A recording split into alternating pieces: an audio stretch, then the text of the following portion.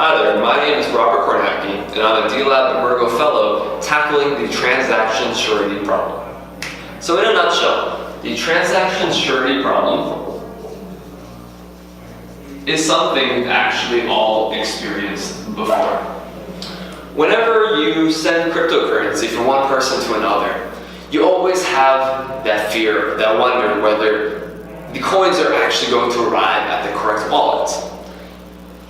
This is because currently what we rely on is simply copy and pasting addresses that we receive by email, SMS, or on a web page.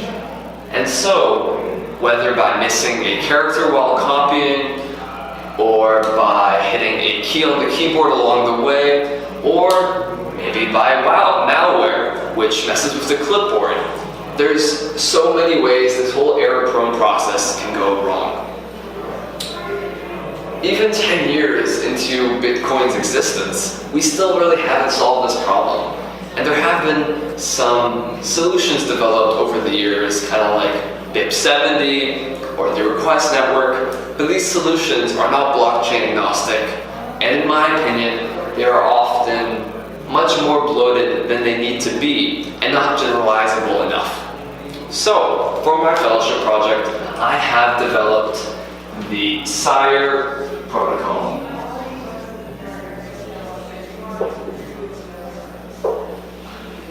The Syre protocol is a blockchain-agnostic, simple, invoice-based system. It is not second layer, and it has no tokens. It's meant to be as simple as possible so that whether you're an account-based blockchain or a UTXO-based blockchain, you can implement this. So, as it's an invoice-based solution, let's kind of figure out why that matters and why that's more beneficial compared to the push-based solutions we have today. So, we have Alice and we have Bob. Currently, Alice, when she wants to pay Bob, simply copy and pastes Bob's address and then just sends a transaction.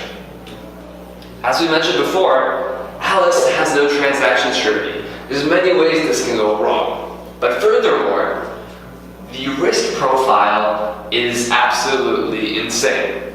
Alice, an erring human, is risking 100% of the payment that she sends to Bob. In any other situation in life, if someone came up to you with a system like this, where 100% of the risk is on the human, and there's a lot of ways this whole situation can go wrong, most people would simply say, I'm not going to bother, especially when it's with their own money. However, somehow in cryptocurrency world, we've decided that this is okay. But it really isn't good enough, and there's a reason why, whether you've sent one transaction in your life or 50,000, you still always have worry no matter what.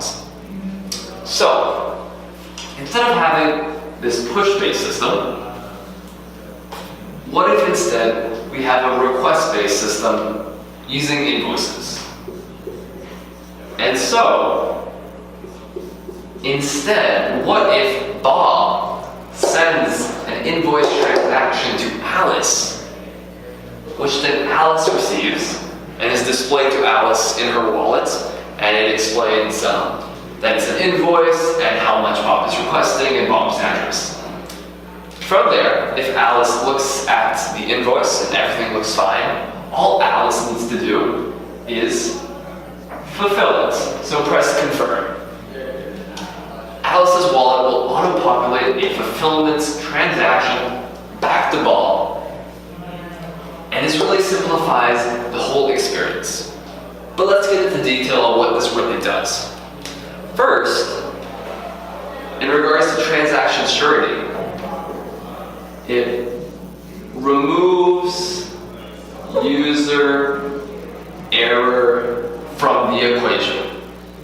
For Alice, the only thing that Alice will ever do is either click fulfill, confirm, or press cancel. Bob is the one who actually inputs all of the data, and in many situations with blockchains, Bob may be a dApp, or even a merchant server, for example, on an e-commerce website. In those cases, all of that is actually automated. And so in that case, the whole system has absolutely no ability to have user input error enter the mix. Next, what's actually really cool about a system like this is it changes the whole risk profile entirely. So, it reduces risk greatly.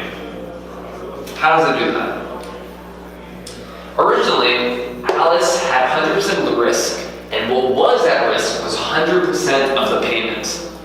Now, all the risk is put on Bob instead, and the risk is merely a transaction fee.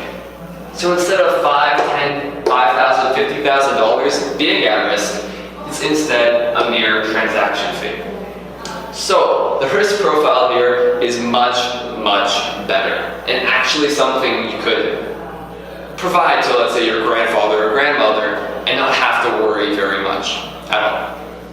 Lastly, and I think most importantly in this entire scenario, is that what we can provide is proof of address ownership.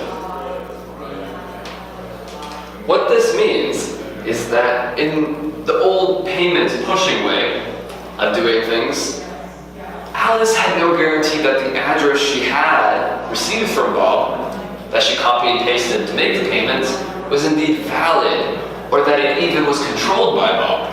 She had no idea, it was just a string. However, using this kind of system guarantees that the fulfillment address, which Alice sends the fulfillment payment to, is indeed Bob's, because Bob is the one who makes the invoice transaction. And so if the invoice transaction actually arrives in Alice's wallet, that means that, well, Bob has a functioning address, and if Alice presses fulfill, confirms it, well then the payment goes back to the same address which the invoice came from. Therefore, you have proof of address ownership. Thus, with the proof of address ownership, reducing risk to merely a transaction fee and removing user error from the whole scenario, an invoice-based solution is really the way going forward. Now, that's a general summary of how this works. But let's get into the specifics of the Syre protocol so we can really get an understanding of it. All of this is blockchain agnostic because what makes an invoice transaction really is nothing special. It's just a basic transaction with appended data on it. So if your blockchain supports that, congratulations, you can make invoice transactions. So, what is this data? First things first is an identifying string.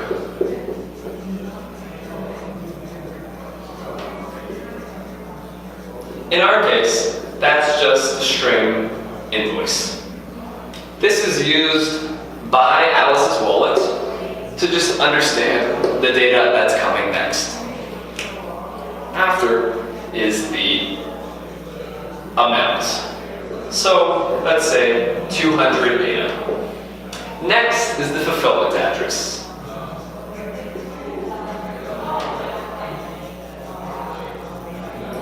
The fulfillment address is merely Bob's address, so that once Alice receives the invoice, she knows where to send the fulfillment payment to. And you might notice that since we're using the blockchain, if Alice receives the invoice transaction, she should clearly know Bob's address. That's correct. However, adding the fulfillment address here is actually required to prevent a class of replay attacks.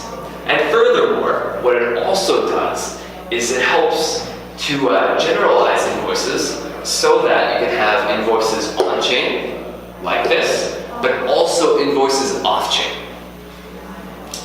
Lastly, what we also have to add is a secret/message. This is merely a piece of information which both Alice and Bob recognize, and and something that an anonymous third party would have no idea about. This helps Alice realize which invoice which arrives in her wallet is actually the one from Bob. And in this example, we have yard work as the secret / message. Now, all of this gets appended into into a transaction and then sent to Alice. However, blockchains are public by nature, and so any adversary can actually see all this, copy it, and make a replay attack. Therefore, Alice might receive 3 or 4 different versions of this invoice transaction from 3 or 4 different people. So, that's a really bad situation. What we have to do now is take all this data and then encrypt it with Alice's public key. So, now all this invoice data can't be accessed by anyone, because once encrypted and attached to a transaction, even though it goes publicly on the blockchain, only Alice has her private key, meaning only Alice can decrypt this. So, once the invoice transaction arrives in Alice's wallet, it decrypts this, looks at the identifying string, realizes it's an invoice, takes the amount, fulfillment address, secret / message, and then it shows Alice in the UI, providing her the ability to cancel or to fulfill the transaction. And if she fulfills it, then it arrives in his wallet, thus completing the whole cycle.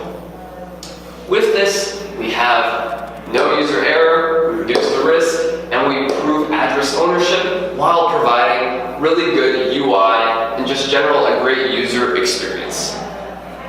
The Syre protocol is very simple like this, but furthermore, it is also possible to have off-chain invoices on mobile, from dApps to an app, invoices in an e-commerce based website, and many other scenarios which can adapt the Syre protocol to great benefit. So, if you're interested in learning more about the Syre protocol, please go to syre.io. I will be releasing possibly more whiteboard videos like this, but also articles explaining in more detail how this all works and specific use cases, as I mentioned earlier.